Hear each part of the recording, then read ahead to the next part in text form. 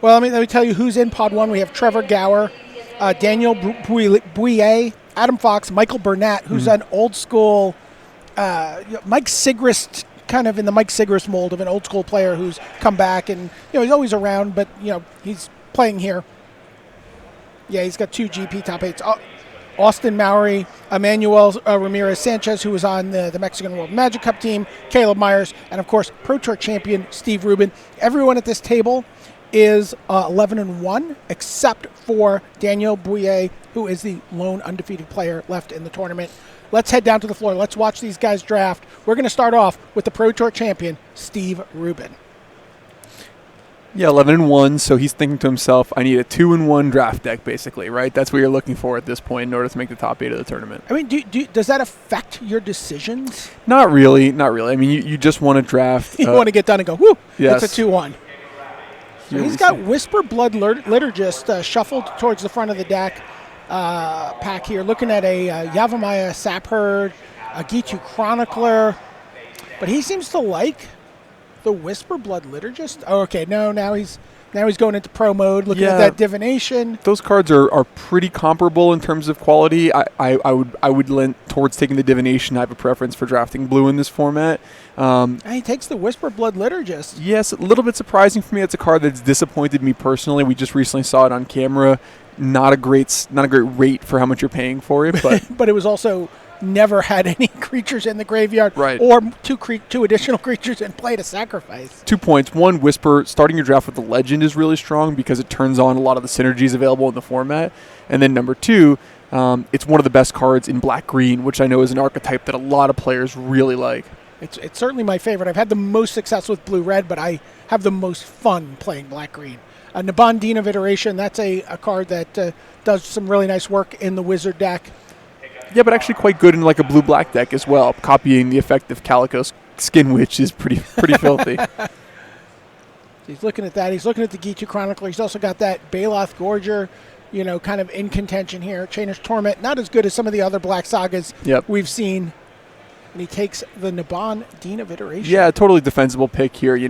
If he's blue-black, still certainly a plenty good card. And if you end up in one of those crazy blue-red decks, Naband can just do some absolutely disgusting things. Well, there's a Divination card you were talking about earlier. Vicious Offering, a premium removal spell. Really good early in the game. Really super solid late in the game. Yeah, and common and uncommon missing from this booster, it looks like. There's still the rare still in the booster, as well as a couple uncommons. So the fact there's still a Vicious Offering in here, third pick, he can actually start to think that maybe some kind of a signal that there could be more black cards coming. So he'll be excited to have a Vicious Offering to pair with that Whisper. What are some of the premium cards you think that might have come out of those rarities? You're thinking about a Shivan Fire. You're thinking about maybe a Sapperling Migration. Exactly, something like a Shivan Fire, I would guess. And we haven't really seen any really good red cards come yet. So Divinations are just flowing freely here. Yeah, my best guess, if I had to guess, would be the person on my right was drafting red. So Divination looks like the clear pick for the Pro Tour champion here. Absolutely. Interesting, his deck is in great shape. He's kind of building towards a blue-black control strategy that we've seen players use in the past. I know Yelger Vigersma, really a big fan of that kind of strategy. If I were in his seat, I would have 3 Divinations and a Naband. So we would have had totally different decks. But certainly the way Steve is drafting his deck looks like it's he's in a great seat for these colors. Maybe after the show, when you guys do the Hall of Fame Pro Tour champion alum meeting, you could talk to him about it. Yeah, there's an Opt. There's a Soul Salvage. How do you like the Lingering Phantasm? It's okay. It's so expensive. I mean, if you feel like your deck needs to grind, it can be a card that can sometimes make your deck. But if you're grinding, also Soul Salvage kind of can do the same thing. But he goes with the Lingering Phantasm. Yeah, blue-black does tend to have a lot of these historic or legendary type of triggers. So, reasonable card in that archetype. I like Opt a lot. Fungal Infection is a card that Steve clearly likes. He's had it near the front of the pack a couple times. Just a solid combat trick, sometimes a straight-up removal spell. Yeah, I think it's a premium common. I think that a card I like quite a bit, and I want to have multiples if I can in all my black decks. when it was first printed, it looked like, okay, maybe this is like kind of a mediocre combat trick, but that card has really overperformed for me. There's a Grow from the Ashes hanging out of the back of that pack.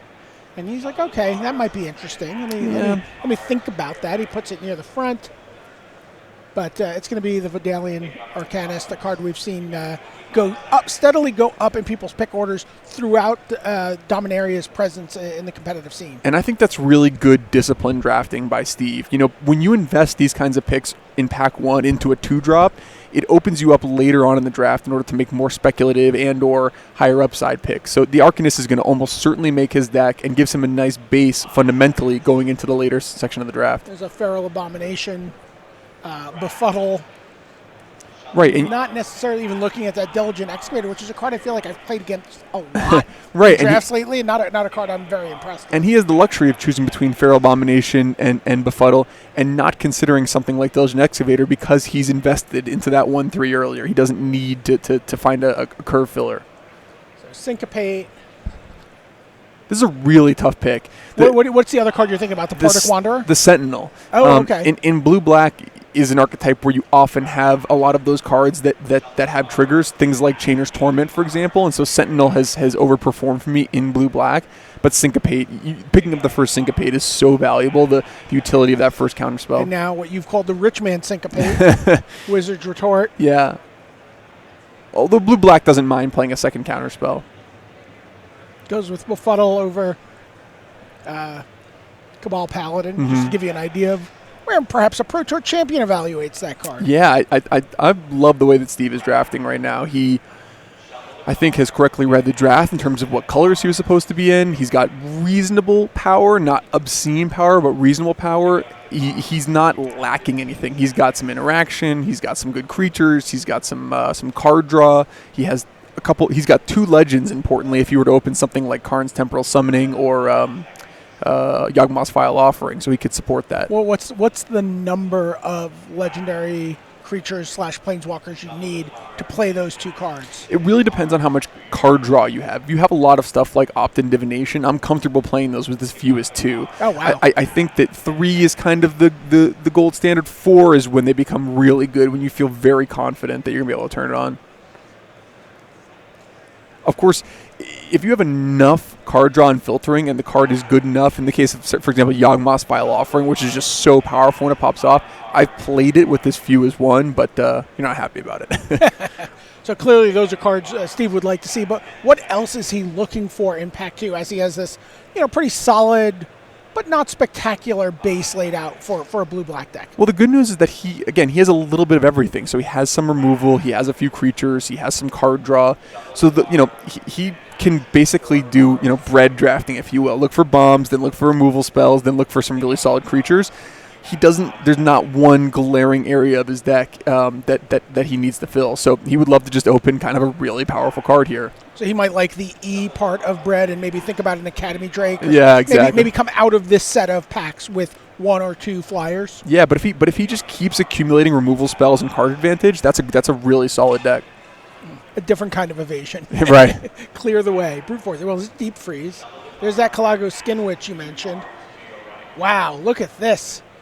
Now he's really going to be put to the test here. He's not super heavy on the black. Tempest Djinn is obviously a great card. We talked to John Finkel. He said, I'll play that with 8 islands and be pretty happy.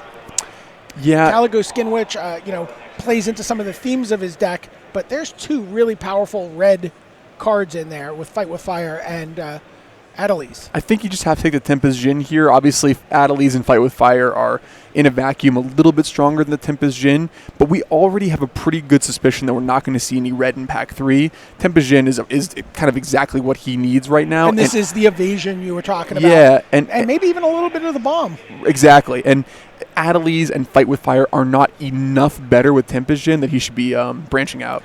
Yawgmoth's Vile Offering, Paul, you're a psychic. Yeah, this is one of the reasons that the Vile Offering, why you're so excited to have 2 legends after Pack 1. By the way, I just punched Paul.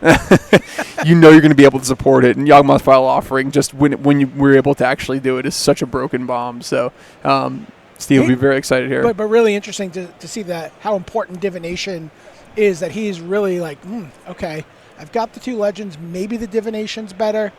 But Divination was coming around the table pretty late, and Vile Offering definitely not going to come back. Yeah, when you see one of those cards with the gold symbol on the right, that's hard to pass that one up. So blink of an eye, I love Rona, Disciple of Gix. Mm-hmm. That card's great. It's also a third legend for him now that he has that. Vile Offering, and really gives you Valid Soothsayer is also a card I really like, but not something I'm going to consider over either Rona or Blink of an Eye. Yeah, two things here. Number one, we see that Steve is absolutely in the right colors, right? He's done a good job cutting those colors in pack one. He, correctly read what was going to be coming for the rest of pack one, and then also I think that Rona versus Blink with an Eye, pretty close in a vacuum. The Yawgmoth's Vile Offering removes that closeness. So Rona, clear pick, good pick by Steve. Legendary Sorcery into Legend, pretty exciting. Another Blink of the Eye for him to choose from. Dark Bargain, some instant speed card draw. I love Deathbloom Thallid, even if you're not doing the Thallid thing. I just love having that card to gum up the ground and really, be able to withstand a threat for a couple of turns. It's perfect, but he went with the Blink of an Eye there. Yeah, Blink of an Eye a little bit better than Deathbloom Thallid just on pure power level. But again, the fact that he has a Tempest Gen means that he's going to be biasing towards taking blue cards over black cards anyway. So again, one of those close but very clear picks, and Steve navigates it well. There's the Academy Drake we were talking about earlier. And that seems like that's going to be a perfect card for him here. Yeah, the blue is just absolutely flowing. He's got to love the way that this is developing for him. He's thinking about that Sentinel of the Pearl Trident that you were talking about. Right. Yeah, a card that lets him maybe reset a Rona. Exactly, yeah. Save a legend from a key removal spell if his opponent's trying to cut him off from casting Yawgmoth's Vile Offering. Sentinel's like a low-cost investment at this point in the draft, but he doesn't have enough of the skittering surveyor type action in order to make it really good.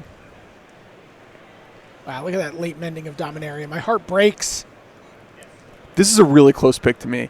I like to oftentimes have an unwind in my sideboard, but I think if I'm sitting here at that 8-man table, I'm just going to take that Mending of Dominaria. I don't want to play against it with my kind of slow blue-black control deck.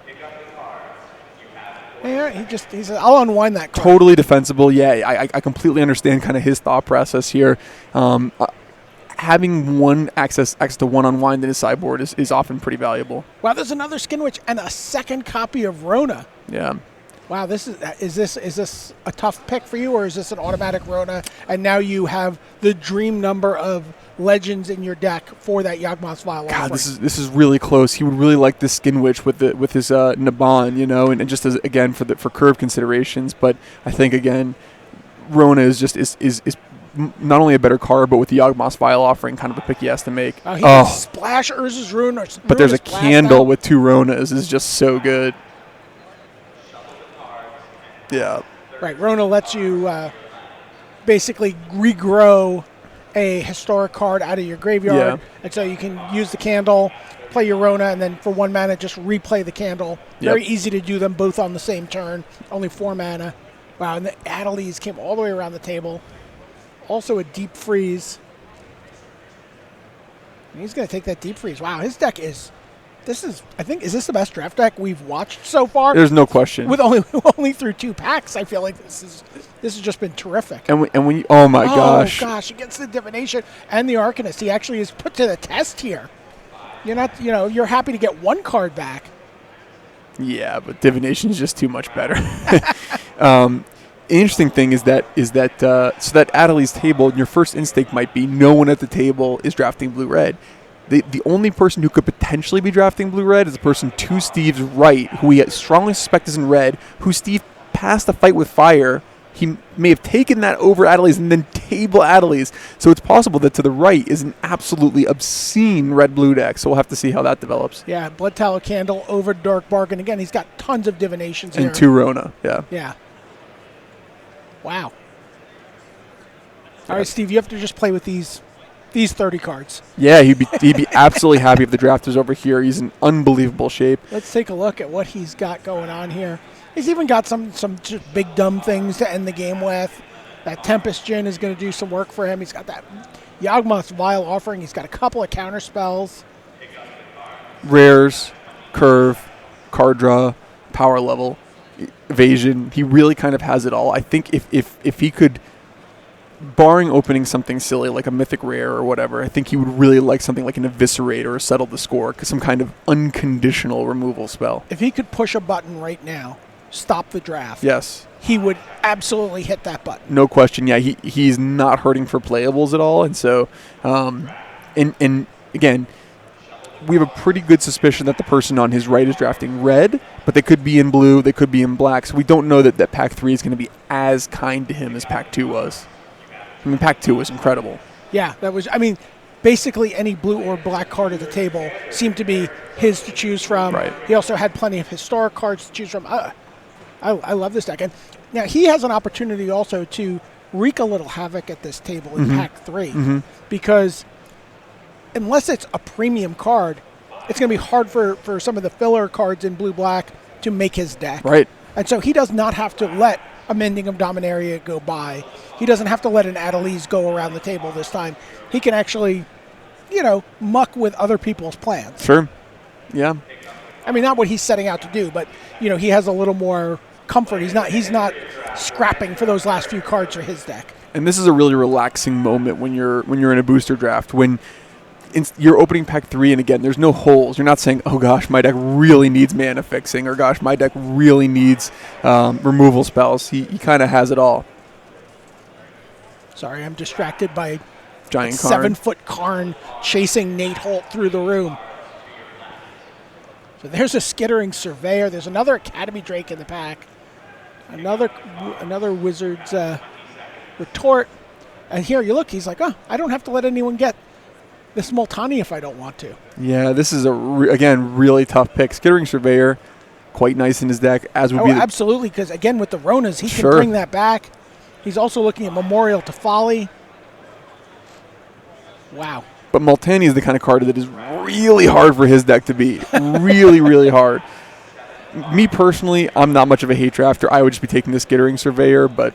And that's where Steve is. But he considered it. He's like, how bad is this for me if I have to face off against it? Again, unlikely that you'll even see that card played against you. Right. You're 3 out of 7 to play against, any particular person at the table. So an underdog to play against the Multani at all. And you're 100% to play that Skittering Surveyor. Right. And. Wow, look at this. And another legend as well. But he's thinking about the Syncopate. Yeah, I think with already having a copy of Syncopate and a copy of Wizard Retort plus another Unwind in the sideboard, I think it's really between the Thallid and the Narumeta. I don't know. He's got Naru right up there. Right? And there is legend number 5. Be shocked to see a Yawgmoth's Vial Offering stranded in his hand at any point in this game. And in fact, 2 of his legends get back other legends. Right, and he can cast Yawgmoth's Vial Offering a lot. Yeah. He can copy with Narumeta. He can remove it from the graveyard with Rona and recast it. So gosh. he has the ability to cast a lot of Yawgmoth's Vial Offerings. Oh, that's disgusting. Yeah. He could bounce his Rona and then copy it again. You get a look at it a little. Sort of a lord for the wizard tribe. Wow, Cloud Reader Sphinx. Oh my God. Gosh. Both of the legendary sorceries you named, you're like, wow, in an ideal world, he would love to open either of these cards. In an even more ideal world, he'd like to get past both of them. Yeah, this is my dream deck, and I don't think anything this good has ever happened to me in a Magic tournament, if I'm going to be quite honest. Said the man who's won a Pro Tour. Yeah, Steve's deck is. I mean, I hesitate to say this with so many cards left in the booster, but it's trending towards 10 out of 10. I mean, that's kind of the area that we're at right now. I mean, if you're going to give it a 9 out of 10, which I would think at this point, what is he missing? He's maybe another flyer? Yeah, he's a 9 out of 10 if he doesn't get another playable. Wow. But instead he gets another first pick. There's a blink of an eye. It puts legendary permanents into play, but I'm going to take the blink of an eye. I mean, he's going to have tough choices to make during deck building. I think he's got about 27 cards that are all slam dunk in your deck cards. Yeah. Wow. I think it's interesting. He passed 2 divinations in Pack 1.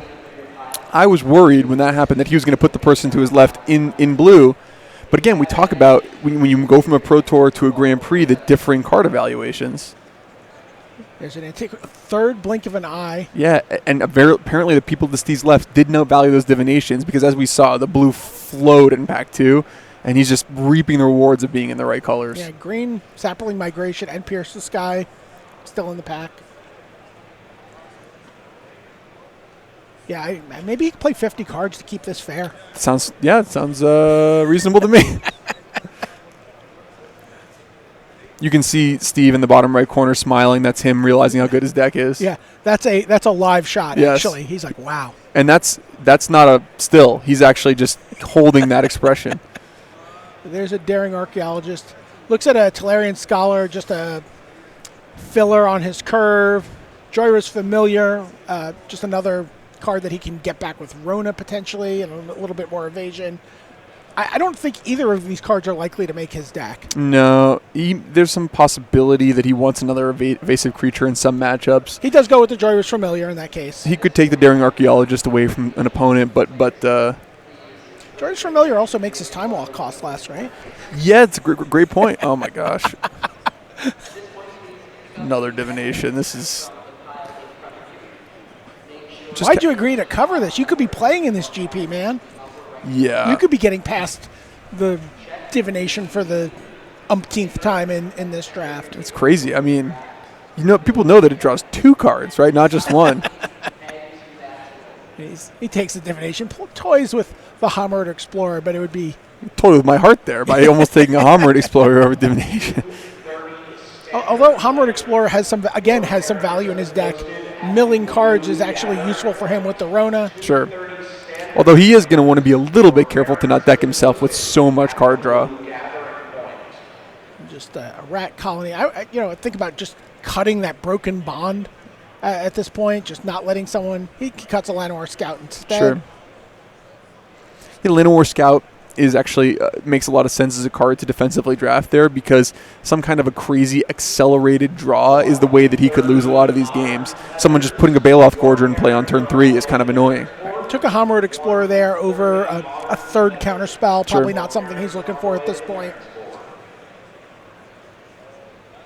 Already has a Wizard's Retort and a Syncopate. And an Unwind for his sideboard. And so yeah, there's really no need for any more counter magic. And another Unwind if he wants it.